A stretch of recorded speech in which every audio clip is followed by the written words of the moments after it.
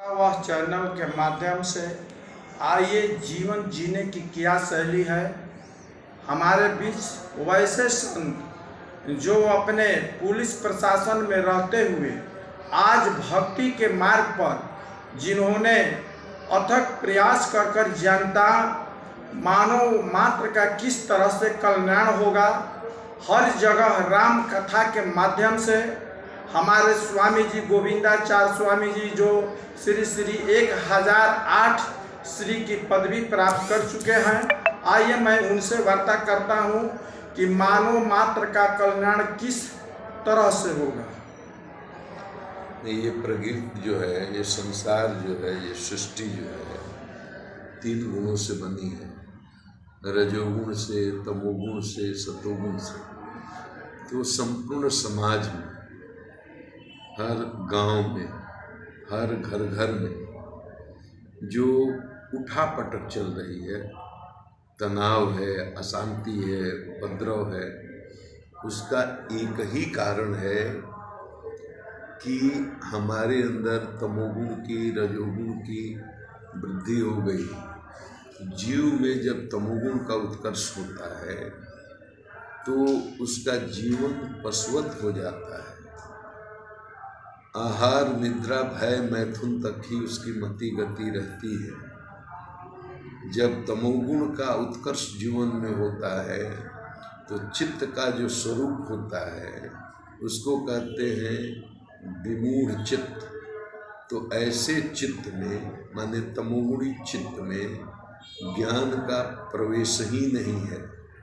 मूरख हृदय न चेत, जो गुरु मिलहि बिरंच समान, फूलहि फलहि न बेत, जदपि सुधा बरसहि जलदप। जैसे बादल जल की जगह अमृत की भी वर्षा कर दे तो बेत के वृक्ष में न फूल आते हैं न फल आता है। उसी तरह अगर ब्रह्मा भी ज्ञान देना चाहे तो तमोगुणी व्यक्ति के मूढ़ चित्त में ज्ञान का प्रवेश नहीं होता। रजोगुण का जब जीव में उत्कर्ष होता है तो काम, क्रोध, लोभ और अहंकार अपने उत्कर्ष पर होते हैं। अनंत कामनाओं के कारण चित्त का स्वरूप जो होता है वो क्षिप्त चित्त उसको कहते हैं। बहुत अशांत रहता है, उसके अंदर दुनिया को कुचल करके आगे बढ़ने की लालसा रहती है। ये हो जाए, वो हो जाए, ये हो जाए, वो हो जाए, धन हो जाए, दौलत हो जाए, कार हो जाए, कुटी हो जाए, पद हो जाए, प्रफुल्लता हो जाए। तो ऐसे क्षिप्त चित्त में ज्ञान का ठहराव नहीं है। मूढ़ चित्त में ज्ञान का प्रवेश नहीं, तमोगुणी चित्त में ज्ञान का प्रवेश नहीं, रजोगुणी चित्त में ज्ञान का ठहराव नहीं। और जब साधना से, भजन से, सत्संग से, गुरु कृपा से, पूर्व जन्म के संस्कार से, अपने पुरुषार्थ और साधना से जब चित्त में सत्व का उत्कर्ष होता है, रजोगुण की आंधी थम जाती है, तमोगुण समाप्त हो जाता है, तो चित्त में सत्व का उत्कर्ष होने के बाद जो चित्त का स्वरूप होता है उसको कहते हैं निरुद्ध चित्त। ऐसे ही चित्त में ज्ञान का प्रवेश भी होता है और ऐसे ही चित्त में ज्ञान का ठहराव भी होता है। तो क्षमा, दया, करुणा, सद्भावना, उदारता, जितने भी ये दिव्य गुण हैं, सेवा, प्रेम, ये सारे गुण ये सतोगुणी चित्त में ही प्रकट होते हैं।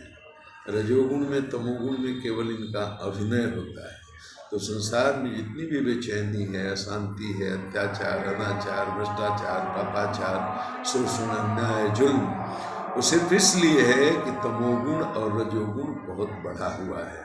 तो अगर आप चाहते हैं कि समाज एक सुंदर समाज बने, सबके अंदर क्षमा हो, दया हो, करुणा हो, सेवा हो, प्रेम हो, सद्भाव हो और एक सुंदर समाज की रचना हो, तो वो राजनीति से नहीं होगा। वो जब होगा अध्यात्म के माध्यम से होगा। चित्त में सत्व का उत्कर्ष करना होगा और इसी से व्यक्ति के चित्त में उत्कर्ष होने से व्यक्ति एक बेहतर इंसान बनेगा। और व्यक्तियों के समूह को ही समाज कहते हैं। अगर व्यक्ति अच्छा बनेगा तो समाज अच्छा बनेगा, सामूहिक चेतना में उत्कर्ष आएगा और समाज से ही राष्ट्र बनता है। जब राष्ट्र समाज से बनेगा तो राष्ट्र की सामूहिक चेतना में उत्कर्ष होगा।